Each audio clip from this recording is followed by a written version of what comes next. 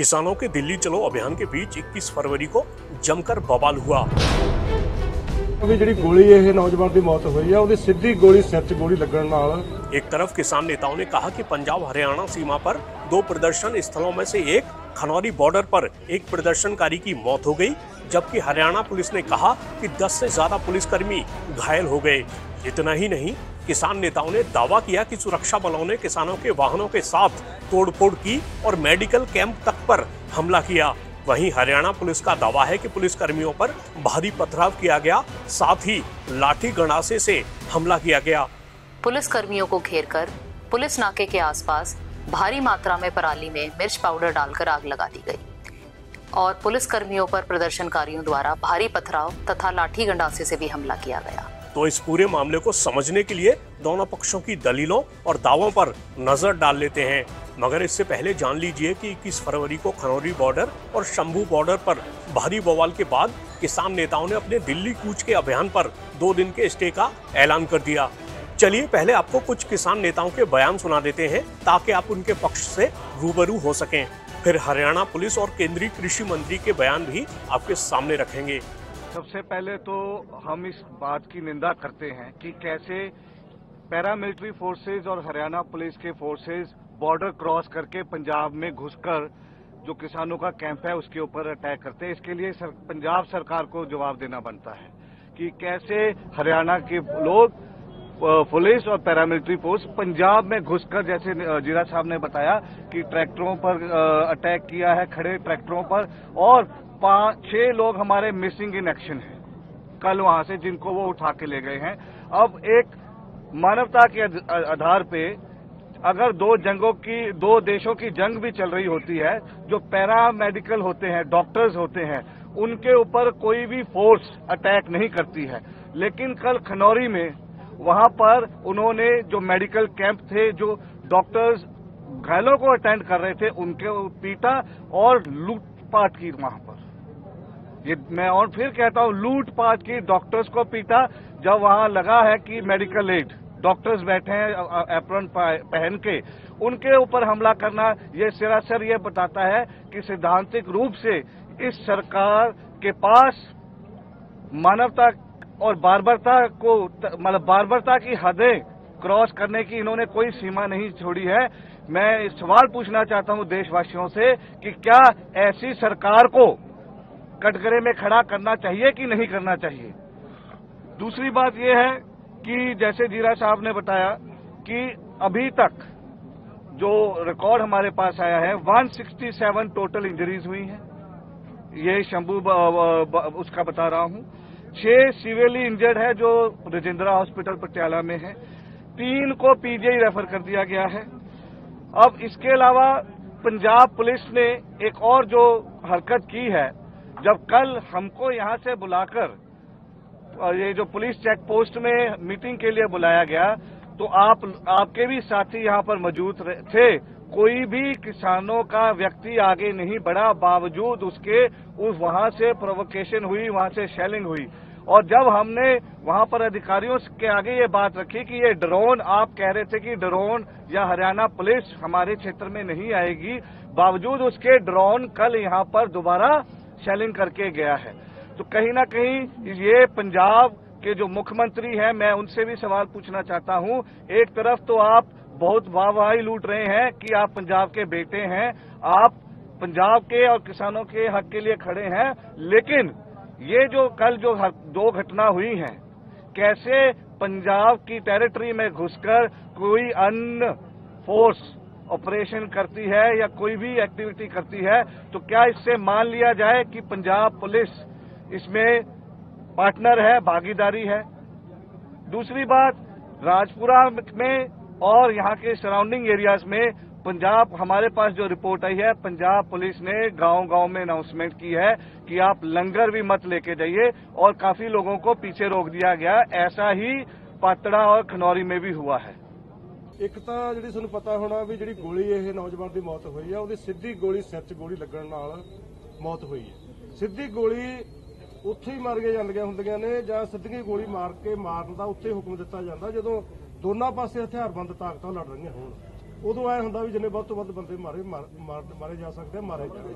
ਪਰ ਇੱਥੇ ਕੀ ਹੈ, ਇੱਕ ਪਾਸੇ ਜਿਹੜੇ ਬਿਲਕੁਲ ਨਿਹੱਥੇ, ਕੋਈ ਸਾਡੇ ਕੋਲ ਹਥਿਆਰ नहीं, कोई साडे कोले कोई विरोधी हथियार नहीं, कोई होर नहीं। अभी 2 दिन के लिए ये आंदोलन जो है अपनी जगह जहां पर चल रहा है यहाँ पर ही चलता रहेगा।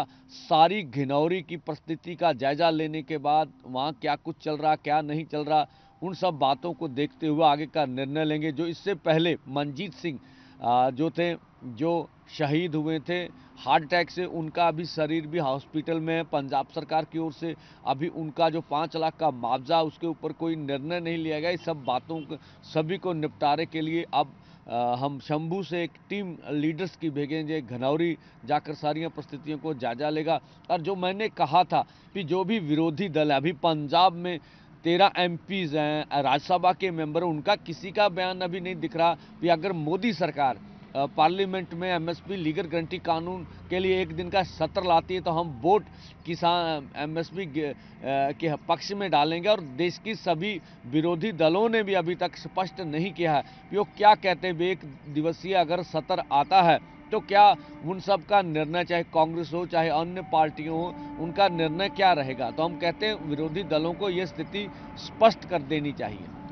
जैसे आप कल आगे बढ़े तो पीछे माहौल खराब, हॉल ऐसा क्रिएट किया, विरोध किया, वोट डालने की कोशिश की, उससे आप क्या? हाँ देखिए, हमने पहले भी बोला था हमारे आंदोलन में एजेंसियों की सरकार द्वारा सुनियोजित तरीके से जिस तरह के लोग भेजे जा रहे हैं, जिस तरह से कल उन्होंने मीडिया की तारे वैन की भी काट कूट दी, तो ये मतलब आंदोलन को बदनाम करने के लिए सरकार हर तरह का प्रयास करने का यत्न कर रही है। हम सब देश के किसान मजदूर थे, शंभू बॉर्डर पे सभी लोगों से अनुरोध करेंगे, ये आंदोलन इतना बड़ा हो गया, इसको संभालने की जो भी सरकार की एजेंसियों द्वारा भेजे जा रहे लोग हैं उनको पहचानने की बहुत ज़रूरी है। और ये जो कुछ हुआ ये आगे से ना हो, इसके लिए आज हम बिल्कुल इसका प्रबंध करेंगे।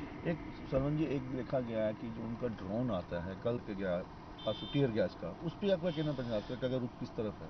हाँ देखिए, कल जो कौमांतरी पद जो इंटरनेशनल समझौते, वहाँ कभी भी मेडिकल कैंप्स के ऊपर और या मीडिया के ऊपर अटैक नहीं किया जाता। तो कल हमने देखा खनौरी खालसा एड का जो कैंप था मेडिकल का, उसके ऊपर भी हमला हुआ। जो हमारे लाइफ केयर इधर प्रोजेक्ट के जो हमारे यहाँ हॉस्पिटल्स के जो डॉक्टर थे वो बोल रहे थे मैं स्टिचेस कर रहा था, तो मेरे ऊपर उस समय बम फेंका गया। तो यहाँ शंभू पर भी हुआ, मीडिया पर भी जब पीसफुली खड़े होते हैं तो मीडिया के ऊपर ड्रोन आता है और आप सारथी हैं और वो दुर्वर्त को करता, हमारे लोगों को भड़काता। स्टेट खुद हम पे हमला करता और हमें प्रमोक करता है कि आगे बढ़िए। हम पीसफुली पोजीशन में होते हैं, भी आगे बढ़ना है तो पीसफुली ढंग से बढ़ना। तो ये निंदनीय कार्रवाई है। भारत सरकार जिस तरह से अर्धसैनिक फोर्सों का इस्तेमाल देश के किसान मजदूर के ऊपर कर रही है, ये पूरा देश रहा, इस बात का जवाब आने वाले समय में देना पड़ेगा। यहाँ एक सवाल ये भी है कि आंदोलन कर रहे किसानों की मांगे आखिर हैं क्या? देखिए, मांगे वही है, एमएसपी खरीद की गारंटी का कानून बनाएं, डॉक्टर स्वामीनाथन कमीशन की रिपोर्ट के अनुसार फसलों के दाम दें, गन्ने को भी C200 के साथ जोड़ दें और उसी के साथ जो लखीमपुर खीरी का इंसाफ मिलना चाहिए, सब केस वापस होने चाहिए, बिजली संशोधन बिल वापस लिया जाना चाहिए और पोल्यूशन एक्ट से खेती बाहर निकले, मनरेगा 200 दिन चले, 700 रुपया उनकी दिहाड़ी हो, आदिवासियों की जो संविधान की 5वीं सूची उसको लागू किया जाना चाहिए, फसली बीमा योजना सरकार अपने दम पर करे। इसी तरह से जब 60 साल का किसान हो जाता है तो उनको किसान और खेत मजदूर को 10,000 रुपया प्रति महीना पेंशन मिलनी चाहिए। भारत विश्व व्यापार संस्था से खेती को बाहर लेकर आए। इन सब मांगों को लेकर आंदोलन। अब सुनिए कि हरियाणा पुलिस ने आखिर क्या कहा है। किसान आंदोलन के दौरान आज प्रदर्शनकारियों द्वारा दाता सिंह खनौरी बॉर्डर पर पुलिस कर्मियों को घेरकर पुलिस नाके के आसपास भारी मात्रा में पराली में मिर्च पाउडर डालकर आग लगा दी गई और पुलिस कर्मियों पर प्रदर्शनकारियों द्वारा भारी पथराव तथा लाठी गंडासे से भी हमला किया गया। इस हमले में लगभग 12 पुलिसकर्मी गंभीर रूप से घायल हुए हैं और इस जहरीले धुएं के कारण नाके के आसपास के क्षेत्र में पुलिस कर्मियों को सांस लेने में दिक्कत हुई और दिखने में भी भारी परेशानी का सामना हुआ। प्रदर्शनकारियों से यह अपील की जाती है कि वे ऐसा ना करें, क्योंकि जहरीले धुएं से विजिबिलिटी कम हो जाती है और पुलिस कर्मियों द्वारा कानून व्यवस्था बनाए रखने का प्रयास न केवल बाधित होता है बल्कि ऐसा करने से दोनों पक्षों के लिए जोखिम बढ़ जाता है और किसी भी प्रकार की आकस्मिक दुर्घटना होने की संभावना बनी रहती है। हरियाणा पुलिस प्रदर्शनकारियों से ये अपील करती है कि वे कानून व्यवस्था बनाए रखने में हमारा सहयोग करें और शांति बनाए रखें। धन्यवाद। किसान नेताओं और केंद्र सरकार के बीच 4 दौर की बातचीत हो चुकी है। सरकार ने 5वें दौर की बातचीत का प्रस्ताव भी दिया है। हालांकि किसान नेता कह रहे हैं कि बातचीत करनी है तो उसके लायक माहौल बनाओ। चलिए अब आपको कृषि मंत्री का ताजा बयान भी सुना देते हैं। पंजाब में किसान संगठनों के साथ किसानों के मसले पर कई दौर की बातचीत हुई है और अभी भी हम बातचीत के लिए किसान संगठनों से कहा है कि इसका समाधान बातचीत के माध्यम से हम निकालेंगे, क्योंकि किसी भी समस्या का समाधान बातचीत के माध्यम से ही निकलता है, वार्ता के माध्यम से ही निकलता है। और ये देश हम सबका है, हम सबको मिलकर के देश का समाधान निकालना चाहिए ऐसे समय में कि हर आदमी के लिए वो लाभदायी हो सके। तो मैं आशान्वित हूँ अभी भी कि हम सब मिलकर के इसका सारांश निकालेंगे और इसका समाधान होगा।